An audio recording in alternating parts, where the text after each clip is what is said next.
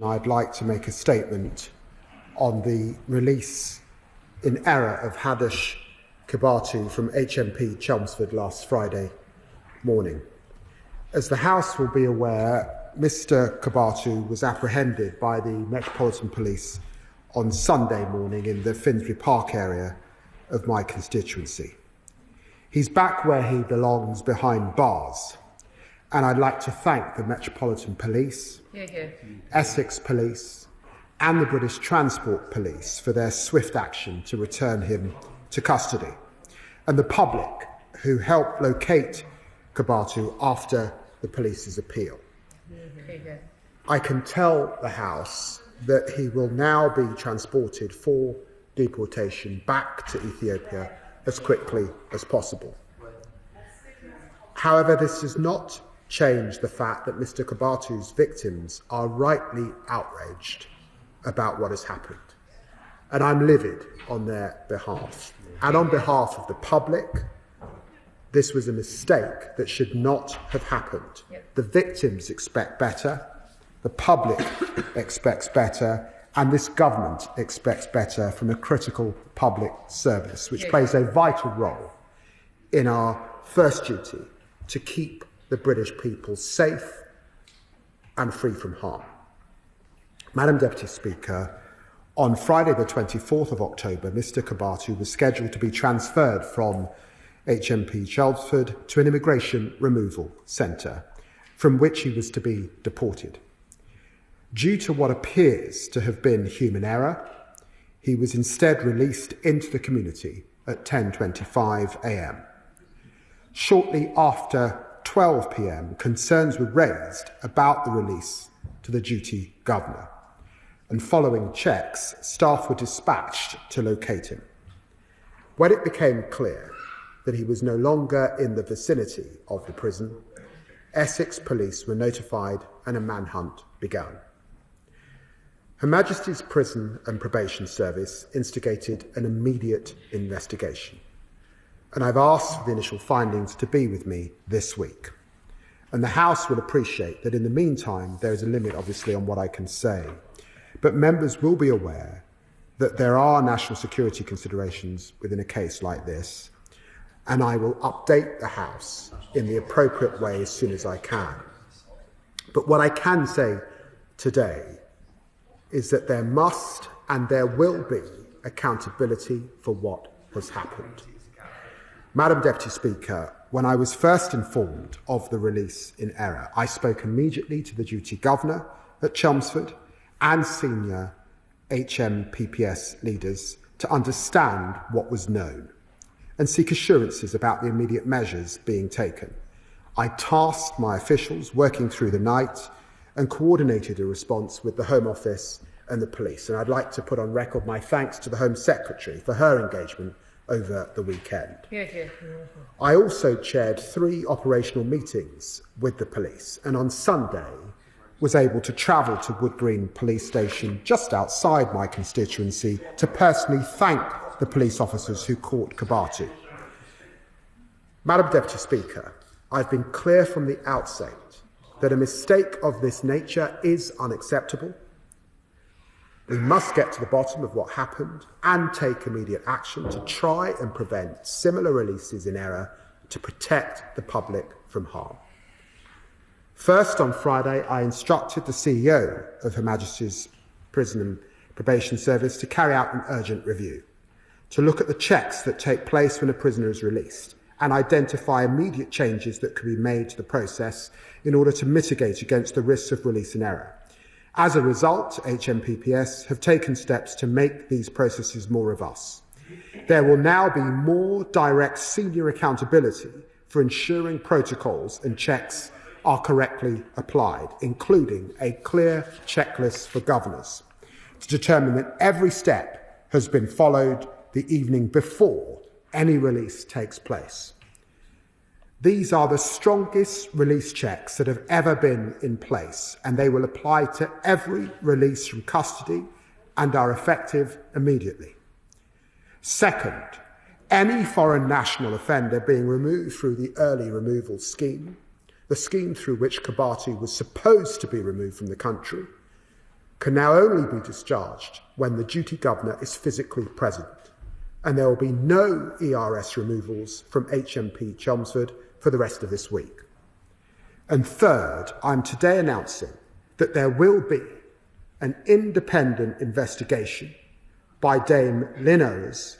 I spoke to her yesterday, former Deputy Commissioner for the Metropolitan Police and Director General of the National Crime Agency, and she will fully establish the facts of Kebatu's release and whether staff had sufficient experience, training and technology, and she will also talk to the victims in this case to understand the effect this incident had on them.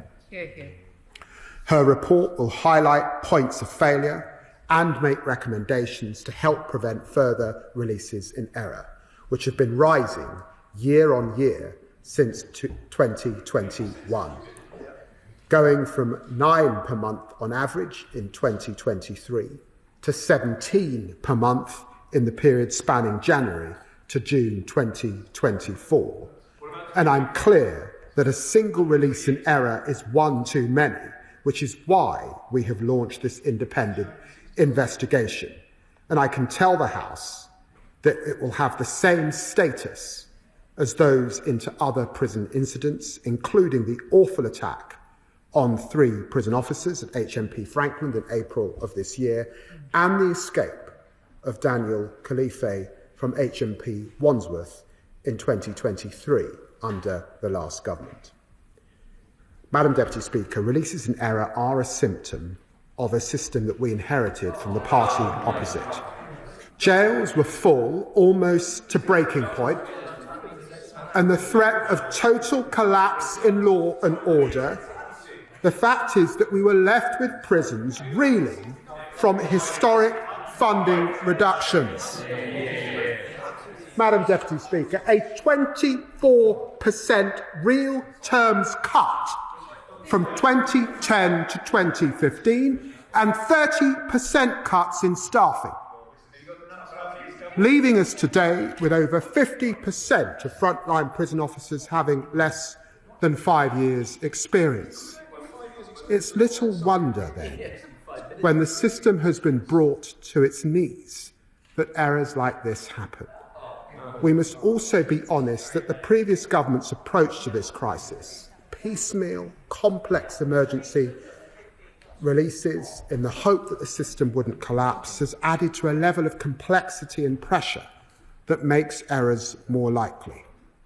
This government has been transparent about the difficult decisions necessary to fix the mess for good so that prisons can keep us safe, and future governments need not find emergency solutions to free up capacity. And this government has brought forward the sentencing bill currently making its way through this House. It will ensure we have a suitable criminal justice system, one which can deliver punishment that works, that cuts crime and keeps the public safe.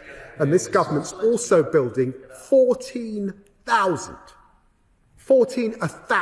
additional prison places so that we have capacity to lock up the most dangerous offenders. This is the largest prison expansion since the Victorian era. And let's be clear, there will be more people in prison at the end of this Parliament than there have ever been before. And we've already built 2,500 additional prison places in just over a year, compared to 500 added overall to the prison estate under the Tories. And we're deporting more foreign criminals than the last government.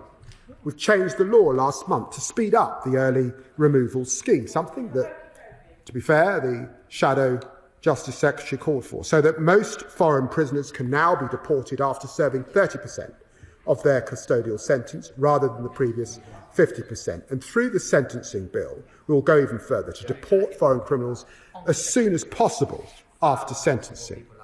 I can confirm that in the year to July 2025, we sent 5,179 foreign national offenders back to the countries of origin, a 14% increase on the previous 12 months.